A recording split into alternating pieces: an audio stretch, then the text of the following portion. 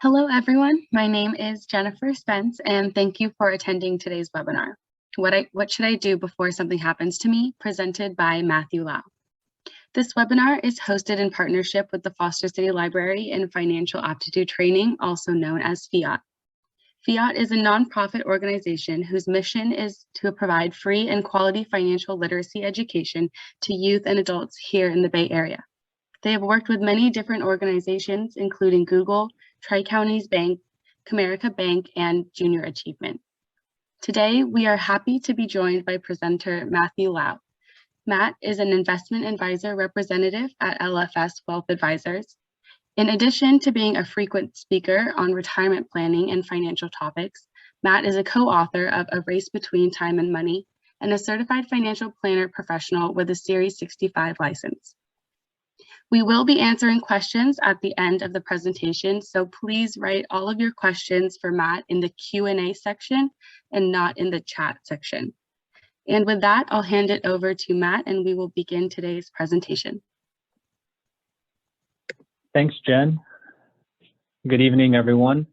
Welcome to the webinar titled, What Should I Do Before Something Happens to Me? And thank you for joining me on this Tuesday night to kind of listen to a topic that is not exactly the most uplifting topic. It's not a topic that a lot of people enjoy thinking about, but unfortunately, as planners, as advisors, we kind of see what happens when these topics are not addressed adequately. We do see, kind of the mess and confusion that can kind of happen. And so hopefully you agree with us that planning in these areas is important, especially if you can plan a lot of these ahead of time when you have the time, you have the energy, instead of waiting until, time is running out. Some of these have to be done in a hurry, or, it's too late and some of these fall to the beneficiaries. So a little bit about me. As Jen said, I'm a certified financial planner at LFS Wealth Advisors. And I work with financial aptitude training to go through financial literacy presentations like this for the general public and also for underserved youth in the community. Just a little housekeeping before we begin, a disclosure that I'm sure that each of you will read in your own time.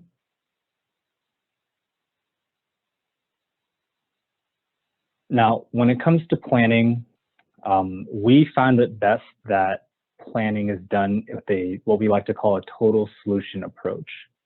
A lot of the times what you see is planning done in a more fragmented, piecemeal fashion, lacking coordination between all the various pieces, but really, your financial situation is very intertwined. And so we like to approach everything with what we call this total solution approach. And so hopefully in this webinar, what I aim to do is to, on somewhat of a high level, address the various topics that are on this slide. And so we'll be talking about these various components, including risk management, which is primarily protection for both your health and for your life. We'll be talking about estate conservation and estate planning. Now, contrary to popular belief, estate planning is not necessarily just for the wealthy. Estate planning really is something that everyone can benefit from. And so we will be spending a little bit of time on that topic. Retirement distribution planning is an area that focuses on planning strategies for retirement accounts. Retirement accounts are different from non-retirement accounts in many ways, especially when it comes to tax treatments. So retirement accounts and retirement distribution planning is a particularly important area, also because it's not included in your will and your trust. So oftentimes there's a lot of effort put into the will and the trust and not necessarily on the retirement accounts. And without that kind of proper planning, then a lot of that retirement money may end up unnecessarily taxed. And that brings us to tax planning. Benjamin Franklin very famously has said that the only certainties in life are death and taxes, and tax planning is kind of a constant topic that applies to every factor. Lastly, there's investment planning. As you get older, your risk tolerance may change, life changes, the resources you have at your disposal will change. And so keeping your investment strategy consistent with all of those changes in life is another thing that should be addressed, as well as be in sync with your tax situation, your estate planning, and your risk profile. Now, when we talk about, what should I do before something happens to me? Most of the time, this is because there are kind of two primary groups of people that we want to do all this planning for. And that's for the surviving spouse, and that's also for our children. When it comes to the widow and the widower, the surviving spouse, special considerations include planning if your spouse is not particularly interested or well-versed in finance. A lot of the times we'll see that one spouse is very deeply ingrained in the entire financial situation, while the other spouse is not necessarily privy to all the ins and outs of the finances. And so one important thing to be aware of is that, if anything happens to the spouse that knows the ins and outs of the financial situation, then the surviving spouse will suddenly be, having to deal with this world of financial chaos. Of course, there are also income tax consequences at death that need to be considered. And as is the case with a lot of these topics, the more planning that we're able to do ahead of time, the less messy things will become after we pass away. Inherited IRA is a very important planning area, just in general, but when it comes to the spouse, it becomes even more important. And that's because, for this account, which is usually one of the largest assets that someone acquires over the course of their lifetime, a surviving spouse actually has different ways that they are able to inherit these retirement accounts. And each of those ways have different pros and cons. They have different tax consequences, and we'll address that in a little bit later in this webinar. We'll also talk about updating the estate plan, especially when the estate plan needs to be updated. And then, of course, there are the emotional factors. Like I kind of alluded to earlier, it's a very emotional time period when you have to deal with someone passing away and all the different accounts and administration that needs to happen. And so the more planning you can do ahead of time, the easier it is on the surviving spouse during a busy, very emotional and busy time. And of course, the second group is the children. Now, with the children, sometimes what we see with some clients is they may have children who are not financially responsible. And so one special consideration or a planning objective is to add protection, whether that's protection against creditors, it could be protection against an ex-spouse, or maybe even protection against themselves, against spendthrift behavior.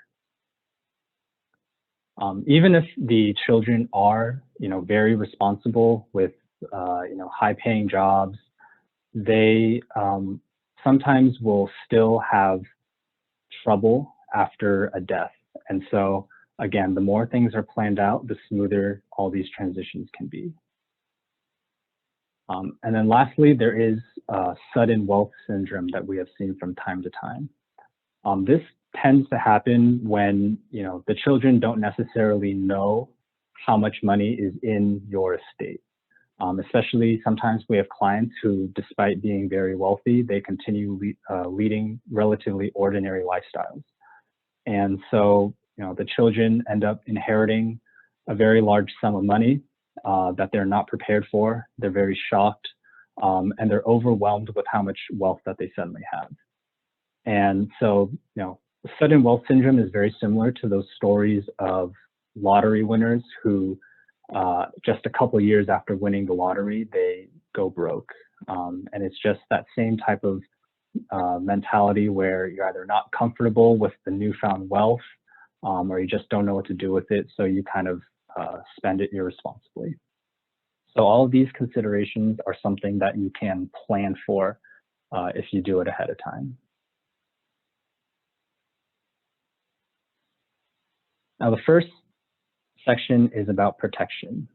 And we start with protection because this planning area is primarily for you and secondarily for heirs. And protection is talking about health coverage, and it's also talking about life protection. So when we talk about health insurance, I'm sure it's no surprise to most of you that, despite living in the richest country in the world, insurance premiums, health coverage premiums, they continue to rise much faster than wages and inflation. And so for anyone thinking of retiring before age 65, which is when you qualify for Medicare, it's important to think about how you will get affordable health care during that gap between retirement and qualifying for Medicare at age 65. So one area to look at is just checking with the company that you are retiring from and seeing whether there's an option to continue with their group plan. It's good to see if there are any health insurance benefits that you qualify for and what your eligibility is to also stay under the employer's plan under the COBRA provisions. And COBRA is going to have different time periods and time frames depending on how you're retiring and who needs to be under that plan. If you have a working spouse, then you can consider staying on your spouse's plan for coverage. And you can also check in with the state health insurance assistance program. And the state will have other cost-effective alternatives for you depending on your income. So it's good to check in and see what kind of premiums and benefits you can get through that. And lastly, you can set up a health savings account or an HSA. HSA is a good way to not only cover healthcare expenses before age 65, but even beyond that, an HSA is a good way to kind of supplement your retirement savings. Now, when you turn 65, you are eligible for Medicare coverage, and there are various parts of Medicare. The two main parts are Part A, which is hospitalization, and Part B, which is a little bit more general medical insurance. And if you delay applying for Medicare after you become eligible, then you could face a delayed application penalty. So it's a good thing to be aware of when you are getting ready to apply for Medicare.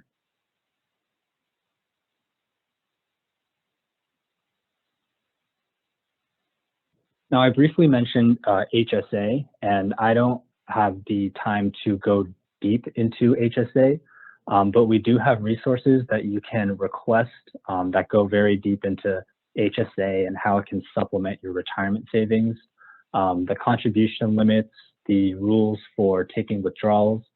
And so later in this presentation, I believe Jen is going to send a link to a form.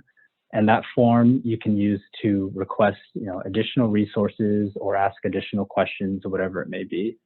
So keep an eye out for that link.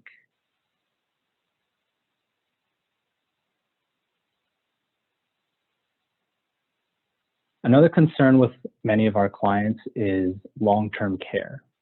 Now, the concern for long-term care, oftentimes what we see is that it depends on family history. We have some clients who say that, oh, my mom and dad lived well into their hundreds, and so I'm not concerned about long-term care. And then, of course, on the other end, we have clients who, do have family histories, and therefore they are concerned about long-term care. So when you think about long-term care, family history is one component to consider. And when we talk about long-term care, one of the most common types is personal care, also known as, activities of daily living, or ADLs. These include bathing, dressing, grooming, using the toilet, eating, and moving around. So for example, transferring from your bed into a chair or vice versa. According to statistics, 60% of adults 65 and over need help with at least one activity of daily living. And the average length of stay at nursing homes is 835 days, or more than 2 years. And the cost can run between $90,000 or $102,000 a year, depending on what state you live in. Since long-term care is not really covered by Medicare, this means that, if these costs do come up, you're essentially on your own unless you have some sort of long-term care coverage. So there are kind of two ways to approach long-term care coverage. One is to simply buy long-term care insurance. And if you do that, you're essentially paying premiums for the long-term care coverage. But just like any other insurance, if you don't use the long-term care, the premiums will essentially be wasted. So kind of in response to that is a somewhat new approach, which is to use life insurance with a long-term care rider. If you use life insurance and add a long-term care rider, what that allows you to do is have coverage for the long-term care if you need it. But if you don't need it, then those benefits will stay as death benefits when you pass on.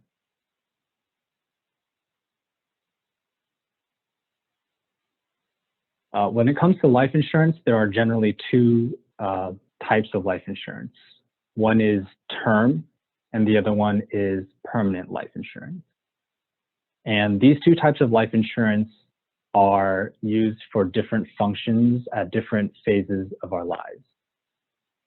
So most of the time when you're younger, you buy life insurance to help pay off the mortgage, or so that you have funds available for your children's education, or just to provide for your surviving spouse if anything were to happen to you. So for those needs, those are typically term life insurance. So it would be for the term of your mortgage or for the term of your children's education. And so it's just for a specific time period while you need to pay the mortgage or while the kids are going to school. As we get older, a lot of those insurance needs may change. And so they shift from the mortgage and education to more estate planning or long-term care needs or other financial planning needs. And so since a different kind of insurance is more appropriate, the shift goes from term to permanent life insurance. And one of the benefits with permanent life insurance is that you just qualify when you are applying, and you don't need to apply again down the road to qualify again, since you just qualify at your present health status. And that's why it's called a permanent life insurance. In addition, since these life insurance policies are serving the purpose of estate and financial planning, it's something that you don't want to have ending on a certain term or lapsing in the future. And a major benefit of all life insurance is that the death benefit payouts are tax-free. Another benefit is the leveraging feature. So for example, you only make premiums for a couple years and then you pass away. The entire death benefit is paid up, income tax-free, even though you've only paid a couple years worth of premiums. There are some situations where you may have a life insurance policy, but decide you don't want to keep it, you want to let it lapse, either because you are self-insured or you really don't actually have any beneficiaries to worry about. And so in those cases, some people tend to let the policy lapse. But there are some alternatives to that. So one alternative is if you have an old policy, there's the possibility that you may be able to enhance that policy through a Section 1035 exchange. This kind of exchange is similar to using the equity in your old policy and using that to trade it in for a newer policy, which ideally would have potentially higher death benefit or reduced premium or some combination of the two. And oftentimes this is possible because if you have an old policy, there could be a lot of changes in the actuarial assumptions between when the policy was created versus present day. And that's something that we actually do very frequently with our clients, is to review the insurance and the long-term care coverage and kind of just shop around and get illustrations and see what kind of possibilities there are before we determine whether or not we want to pursue that. And so that's another thing that I believe will be on the form to, if that's interesting, there's an area on that form to indicate interest in that.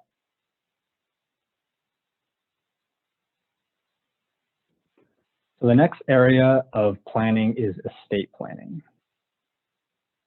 And as I mentioned earlier, estate planning is not just for the wealthy. It really is something that everybody can benefit from.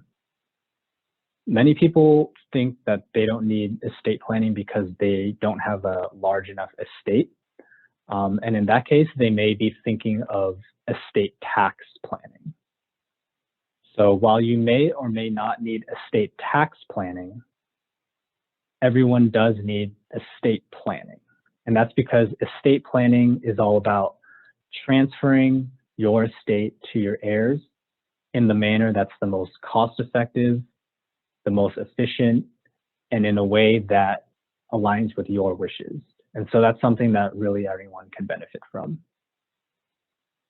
So when we talk about estate planning, kind of the main concerns are avoiding probate and also making arrangements for what happens if you ever were to become seriously ill or incapacitated. So again, whether you have a taxable estate or not, those issues of avoiding probate and what should happen at your incapacitation are important issues that are very real and that do apply to everyone. Some may say, I already have a will though, and that's great, but that doesn't take care of the probate problem. Having a will means that you will still go through probate. And so you may ask, what's wrong with probate? So probate, for those of you who don't know, it's a court-supervised administration of the estate. And so when we're talking about a court, we're talking about the legal system. And when we're talking about the legal system, that's where some of the challenges arise. So one of the first challenges is, of course, the fees. There are various fees involved. Attorneys will typically charge fees according to their own fee schedule. And so over time, the process can end up being very expensive. And now, in addition to the monetary costs, there's also the cost of your time, because with the legal system, it can take a long time to settle the estate because the court calendars do tend to get pretty crowded. And then finally, because probate is going through the legal system, the personal records do end up being open to the general public for discovery. So if you have a will, the estate will automatically go through probate if the total value is more than a certain threshold, which in California is $150,000. And when they talk about a threshold, that is the gross value threshold. It is not a net value threshold. So for example, if you have a home that's worth $1 million and you have a mortgage on it that's $900,000, your equity in the home is $100,000. The $100,000 is the net value, which for these purposes does not count. It's the gross value of $1 million that they determine to go through probate. So if you want to avoid probate and avoid the costs and the negatives associated with it, then you want to look at a living trust. A living trust will avoid probate since the trust administration is left to the trustee rather than to the probate court. And the trustee is someone who you would name in that trust document. So the advantages of a revocable living trust are that your estate will go to who you want, when you want.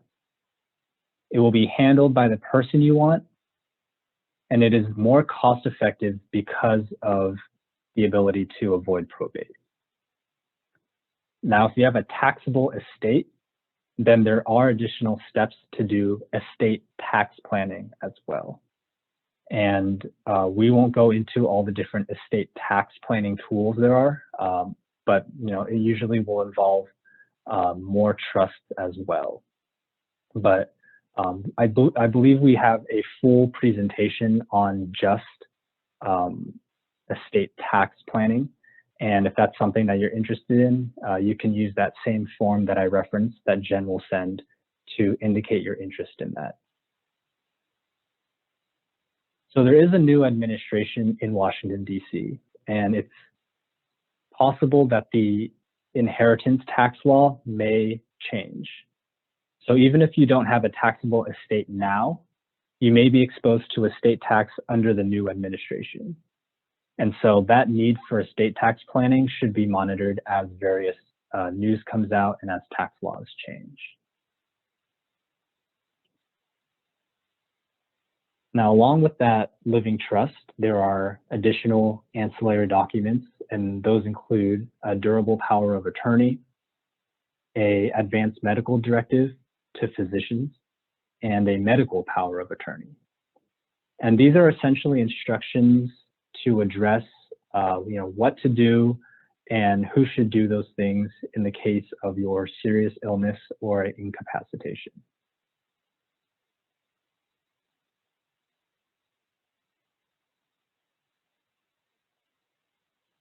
Finally, you should regularly have your estate plan reviewed with your financial advisor and or your estate planning attorney.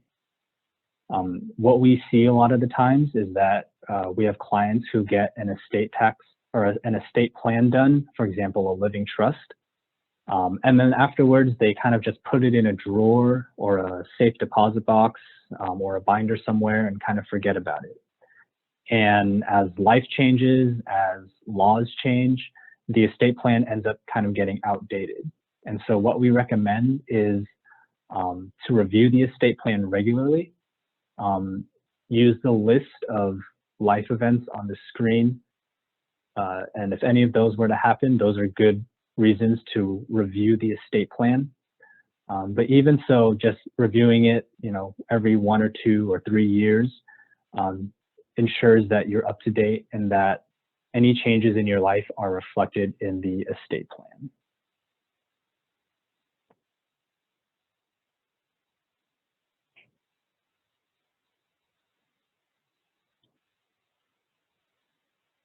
Retirement distribution planning is a relatively new focus of financial planning.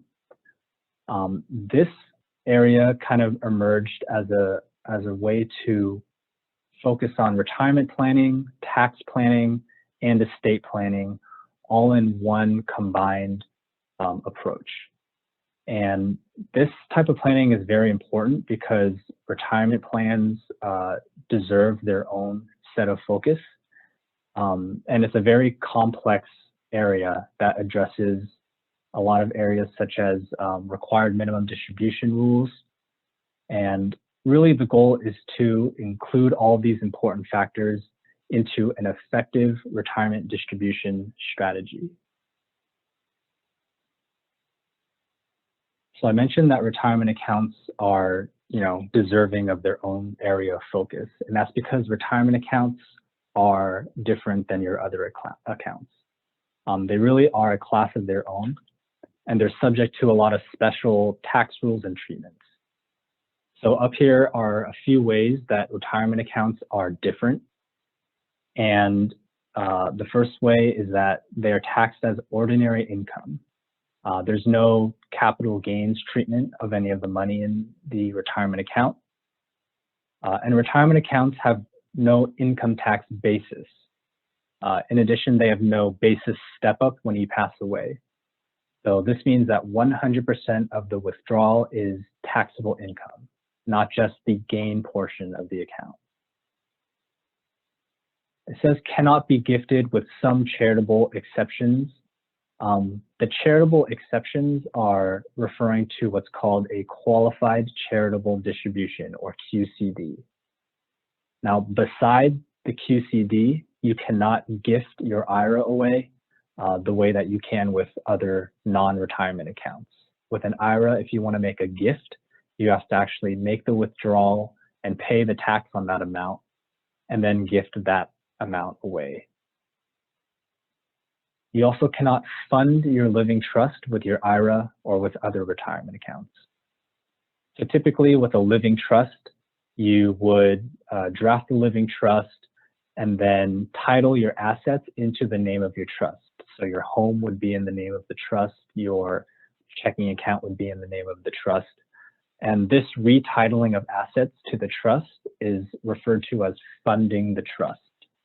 And that's something that you do with most of the other assets, but not with your retirement accounts. If you were to retitle or fund your living trust with a retirement account, that would become a taxable event. Retirement accounts also do not pass through your will or your living trust the same way that your non-retirement assets do. And this is something that many people don't realize, but they put a lot of thought into either the will or the living trust without realizing that the retirement plan or the retirement accounts are going to come with their own beneficiary designation form. And the retirement account will pass according to that beneficiary designation form and not according to the trust or will. So in addition to updating and regularly checking the living trust, it's also a good idea to be checking your retirement account beneficiary designations to make sure that they are current.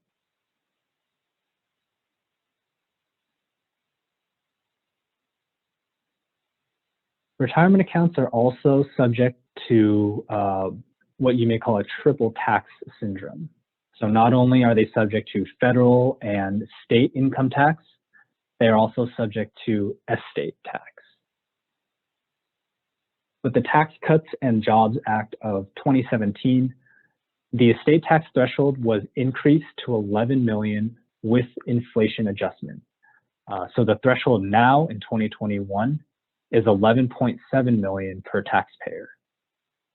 However, like I referenced earlier, we did just have an election, and we currently have a new president in the White House, and we also have the Democratic Party as the majority in Congress.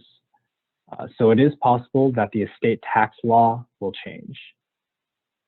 There are whisperings and grumblings that the estate tax threshold may be reduced to as low as 3.5 million. And if that were to happen, then many people who do not currently have a taxable estate may suddenly find themselves with an estate tax challenge. And so if we try to calculate, what is the maximum tax that you might pay? The current federal tax rate, which includes the 3.8% Medicare tax, peaks at 40.8%. And you may know California is one of the highest tax states in the nation, and California's tax rate peaks at 13.3%. Estate tax currently has a flat rate of 40%. There are more rumors that the rate may be increased to 45%. For the purposes of this slide, we'll keep it at 40%. But with all of that, the combined rate is near 94%. And so if your estate has to pay all three taxes, that's a significant portion of your retirement accounts that may end up going to the government. And that's why retirement distribution planning is so important.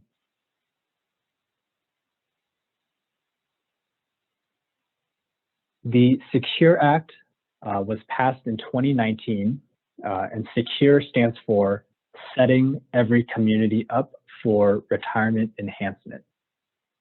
It was passed in 2019 and became effective in 2020. And in addition to changing many aspects of retirement accounts and retirement planning, it especially made changes for how retirement accounts are inherited. So before the Secure Act, IRA beneficiaries were able to take distributions using a life expectancy rule. They would essentially be able to take a minimum amount every year while allowing the majority of the account to continue growing under tax-deferred treatment.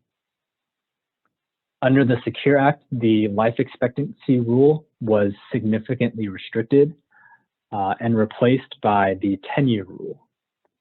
Now, just briefly, the 10-year rule, for those who are unfamiliar, it requires that the entire inherited retirement account be completely emptied by December 31st of the 10th year after death. So no longer does it allow for you to take just a small portion every year while allowing the rest of the account to grow until the end of life. The Secure Act also created 3 classes of beneficiaries. So that's the eligible designated beneficiary, the non-eligible designated beneficiary, and no designated beneficiary. Now, in this situation, the term designated beneficiary does have a specific meaning for retirement accounts. And so in this case, designated beneficiary specifically means a living human beneficiary.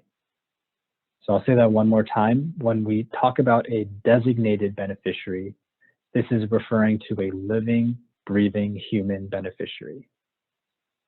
So for example, if you name your favorite charity as a beneficiary, you do have a beneficiary, but it is not a designated beneficiary because the charitable organization is not a living human being.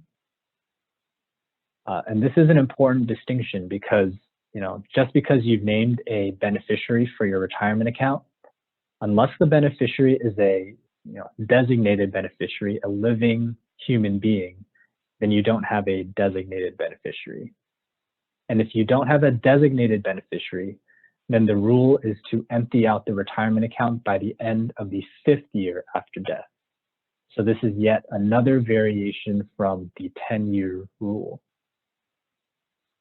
But let's say that you have named living, breathing human beneficiaries in your retirement accounts. And so you do have designated beneficiaries. These designated beneficiaries are then further divided between either eligible designated beneficiaries and non-eligible designated beneficiaries. The eligible designated beneficiaries can continue taking the required minimum distributions every year based on the old life expectancy method. So this class of beneficiary, the eligible designated beneficiary, remains unaffected by the Secure Act. The non-eligible designated beneficiaries are subject to the 10-year rule. These 3 classes of beneficiary we found are fairly confusing, and so we do have a webinar specifically on this topic of IRA beneficiary designation planning after the Secure Act. And so that's another resource that you may request from us. Just indicate that you're interested in that and we can send that to you. Or if you want to just speak more specifically about your own situation, you can indicate that as well.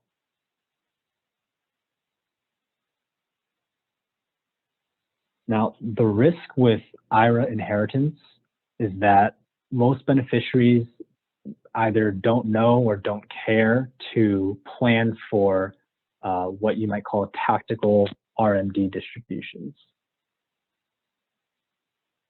So when a beneficiary inherits a retirement account, they may not know what options they have available to them. They may just think, it's time for me to take a lump sum distribution. And so if you have a $500,000 account and your beneficiary does decide to take that lump sum distribution, he or she would probably end up in the highest income tax brackets. And so the combined federal and California effective tax rate would be around 40.2%, which would result in more than $200,000 of the account going to taxes. Now, this is a pretty simple way to represent the situation, but I think it does a good job of showing, if you do a lump sum, you're going to be taxed a lot. Versus if the beneficiary were to take even distributions over 10 years, that annual distribution would be just $50,000 instead of that entire $500,000. And the combined income tax rate, depending on the other situations on the tax return, would be about 18%. And so that income tax is just $9,000 instead of the $201,000. So again, just a simple illustration of how changing your distribution could greatly affect the tax.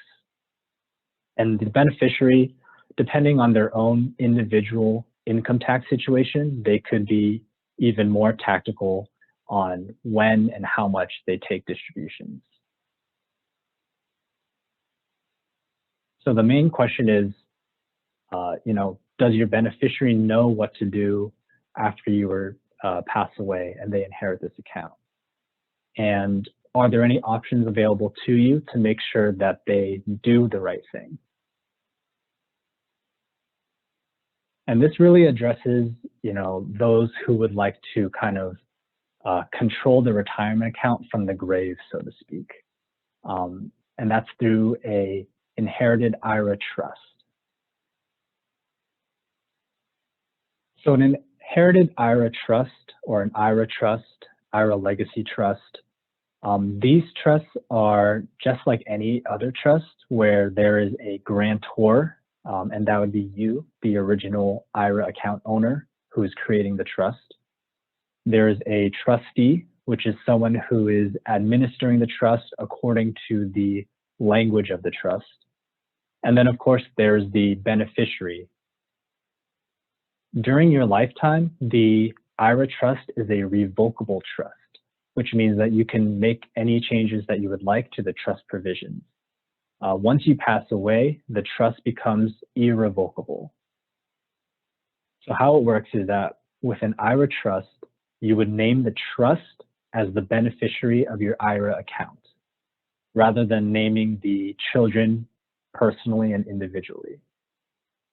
When you die, the trust becomes the owner of the inherited IRA account, and the distributions to the trust beneficiary will be governed by the language in the trust.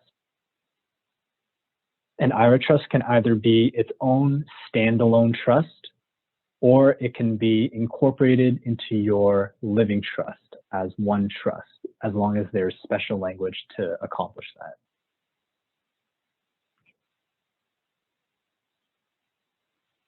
An IRA trust can be either a conduit trust or a accumulation trust.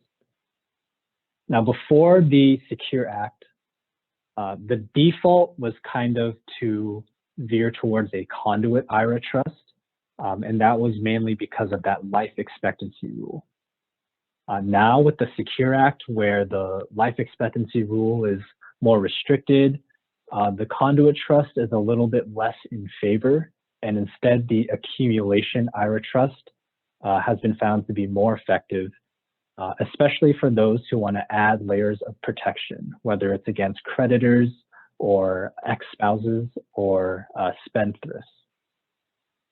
And so if you want to keep the IRA in the bloodline, an accumulation trust allows those IRA distributions to stay in the trust, while a conduit trust would not be able to accomplish that.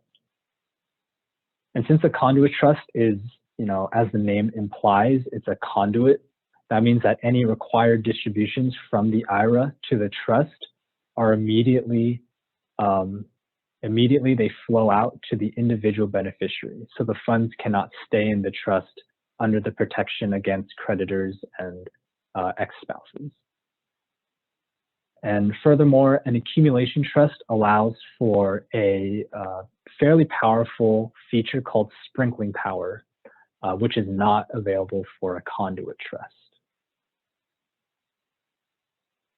So to kind of illustrate the sprinkling power, we'll use an example of Bill and his 3 children. So let's say that Bill is a primary beneficiary of an IRA trust that has been established by his father. And Bill has 3 children of his own. That's Peter, Paul, and Mary. Since Bill is the primary beneficiary of the IRA trust, he can take distributions from the IRA trust at any time. So let's say his kids are in a lower income tax bracket, and he wants to withdraw this IRA money from the trust to help his kids, whether it's to buy a home or for their education or simply to pay off some debt.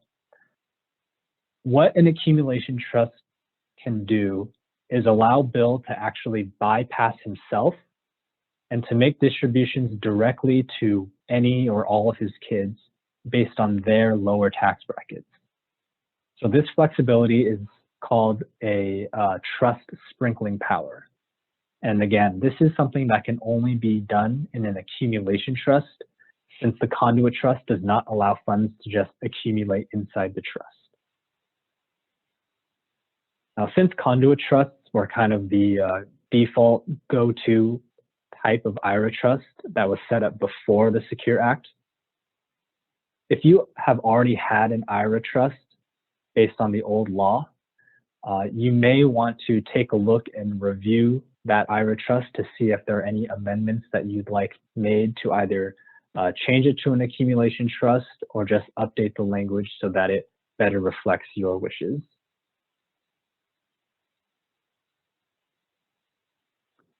Income tax planning, like I mentioned, is something that really applies to every aspect of estate planning. And so, a lot of times what we see is that you may have a tax preparer or a CPA, but a lot of times there's not actually any planning involved.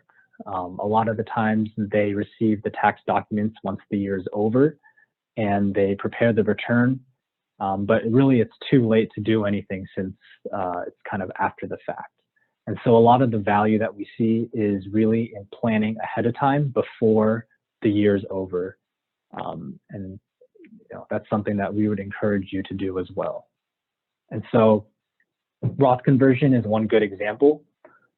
Many people, when they hear about Roth conversion, they like to take advantage and begin Roth conversion.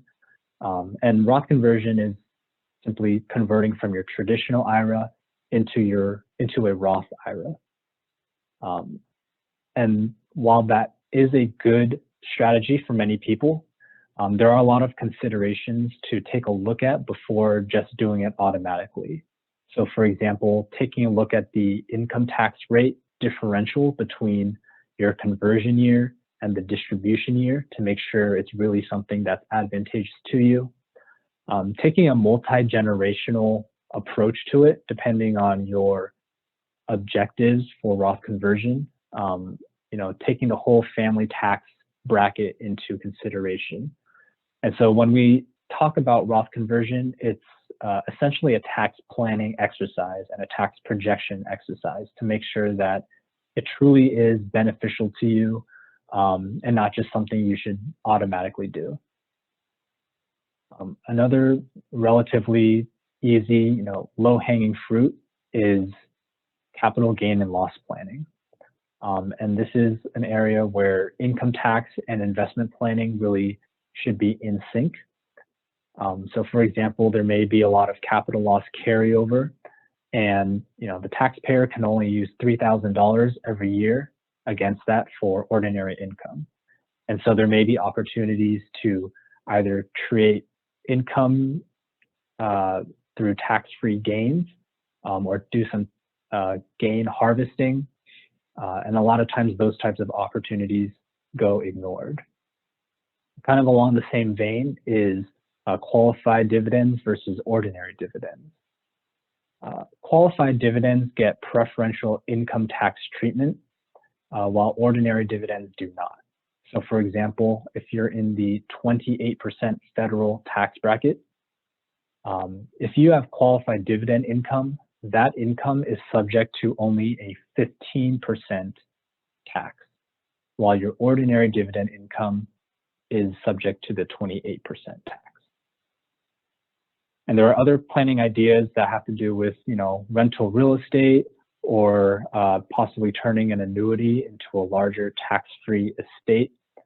And so there may be a lot of planning areas in the tax return itself that should be taken into account when doing this total solution planning approach.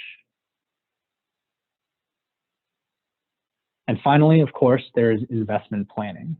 Essentially, you want to make sure that the portfolio that you have is in sync with the rest of the topics that we spoke about, as well as aligns with your own risk tolerance, especially over time as many things in life change, including the resources you have available and the market and economic conditions. So knowing how to invest in a disciplined way, avoid getting blindsided, having a plan in case the market hits an air pocket, and controlling volatility are all different considerations when investment planning. So I know that was a lot of information. A lot of that was at a high level. And so, like I mentioned, there are various resources that we do have if you want more detailed information. And also, if you just want something that's more specific to yourself, you can go ahead and ask questions in the form that Jen will send out, or request a one-on-one meeting, and we can talk more specifically about your own situation.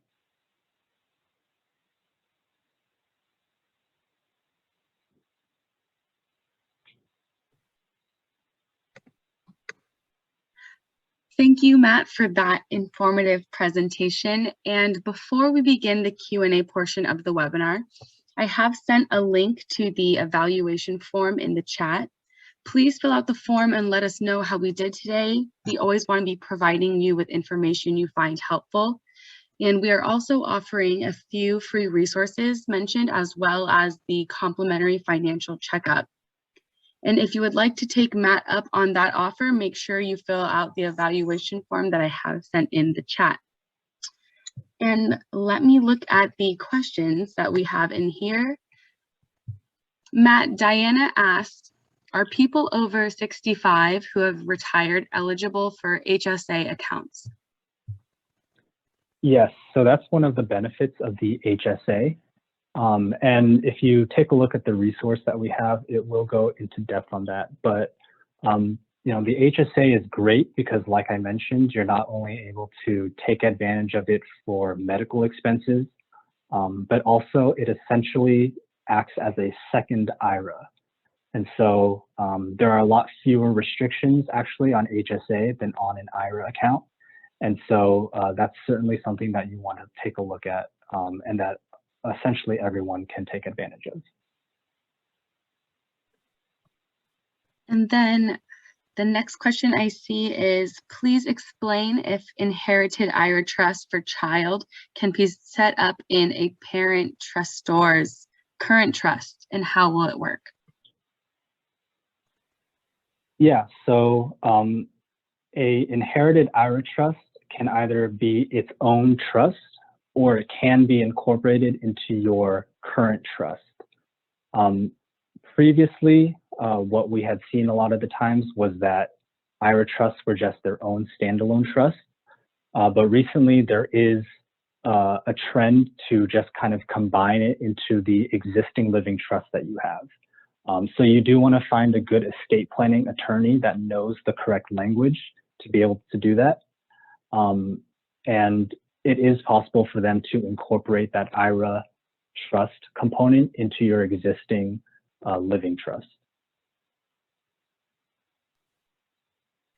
And the last question that I see here says, can you briefly explain the difference between eligible and non-eligible designated beneficiaries?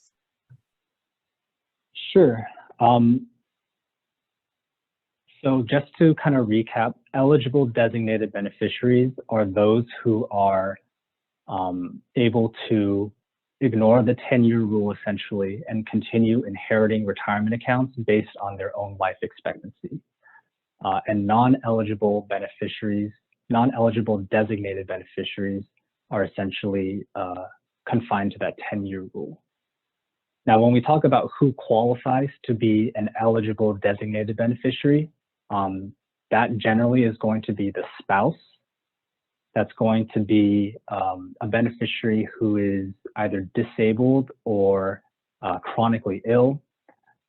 That's going to include minor children. And let's see, that's going to include any beneficiary who is less than 10 years young, not less than 10 years younger than you. So they're within 10 years younger than you. And if they are, any of those types of eligible designated beneficiaries, then they are not subject to the 10-year rule. And I do want to mention that for a minor child, while they are an eligible designated beneficiary, they can use that life expectancy rule until they are the age of majority. Once that minor child attains the age of majority, and that varies from state to state. In California, that's 18. Once that child attains the age of majority, then the 10-year rule will begin at that time. So there is a small variation for minor children. And then it looks like we have time for just one last question, which is, our kids are 25 and 23 years old. We've set up an inherited IRA trust when they were minors. Should we change it? The age of the children does not necessarily mean that you need to change the trust. Essentially, the reasons why you may want to change the trust are if your wishes have changed since that time, if the tax law has affected the way that your trust was written, or if any other life events or assets or major changes have occurred that you want reflected in the trust.